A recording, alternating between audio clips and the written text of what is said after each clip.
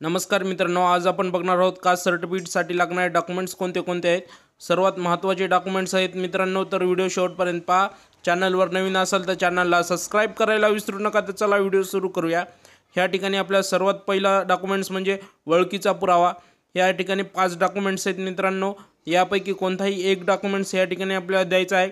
तुम्ही आधार कार्ड देऊ शकता, पॅन कार्ड देऊ शकता, मतदान कार्ड देऊ शकता किंवा ड्रायव्हिंग लायसन्ससुद्धा देऊ शकता किंवा पासपोर्टसुद्धा देऊ शकता. ज्या व्यक्तीची कास्ट काढायची आहे त्या व्यक्तीचा ह्या ठिकाणी ओळखीचा पुरावा एक द्यायचा आहे. 5 पैकी पत्त्याचा पुरावा, त्यालाच आपण ॲड्रेस प्रूफसुद्धा म्हणतो. या ठिकाणी 6 डॉक्युमेंट्सपैकी कोणताही एक डॉक्युमेंट्स या ठिकाणी आपल्याला द्यायचा आहे. त्यामध्ये तुम्ही मतदार यादीचा पुरावा देऊ शकता, लाईट बिल देऊ शकता, 7/12/8चा उतारा देऊ शकता, पासपोर्ट देऊ शकता, आधार कार्ड देऊ शकता किंवा राशन कार्ड देऊ शकता. या ठिकाणी आपल्याला 6 डॉक्युमेंट्स आहेत. 6 डॉक्युमेंट्सपैकी तुम्ही कोणताही एक डॉक्युमेंट्स या ठिकाणी आपल्याला द्यायचा आहे. ज्या व्यक्तीचा आपल्याला कास्ट काढायचं आहे त्या व्यक्तीचा ह्या ठिकाणी आपल्याला एक डॉक्युमेंट्स आपल्याला कंपल्सरी लागणारच आहे.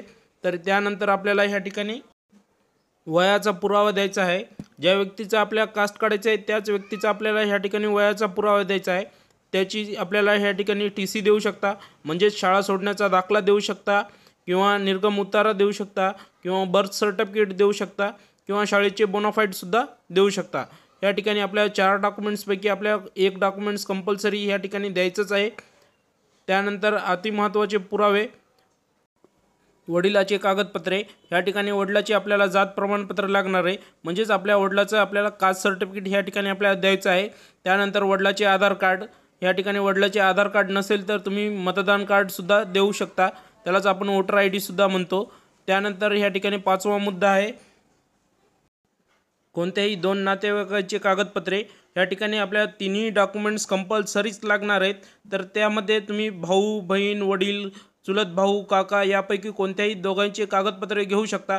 त्यामध्ये जात प्रमाणपत्र असेल, आधार कार्ड असेल आणि पासपोर्ट फोटो असेल. ह्या तिन्ही डॉक्युमेंट्स आपल्याला कंपल्सरीच लागणार आहेत. तर धन्यवाद मित्रांनो. व्हिडिओ आवडला असेल तर नक्की सबस्क्राईब करा. जय हिंद, जय महाराष्ट्र.